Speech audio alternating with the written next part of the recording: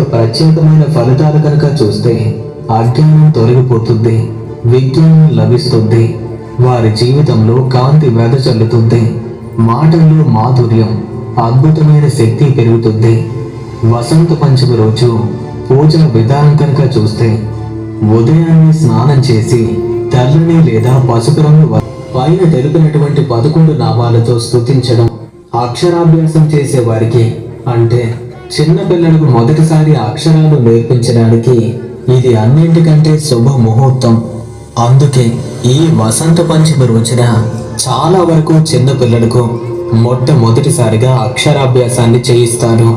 ఇది అన్నింటికంటే ఉత్తమమైనటువంటి ముహూర్తంగా చెప్పబడింది. తెల్లని కమలం పైన కూర్చుని వీణ వాయిస్తూ తన అనంత కృపతో జ్ఞానాన్ని ప్రసాదిస్తున్న సరస్వతి కనుక మీకు నచ్చినట్టయితే లైక్ చేయండి.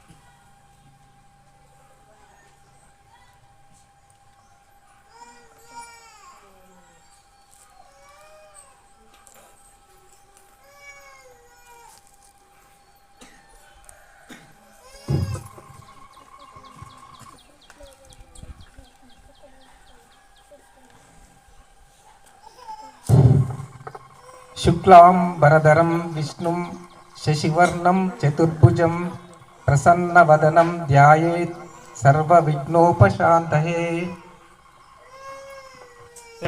సరస్వతి నమస్తే.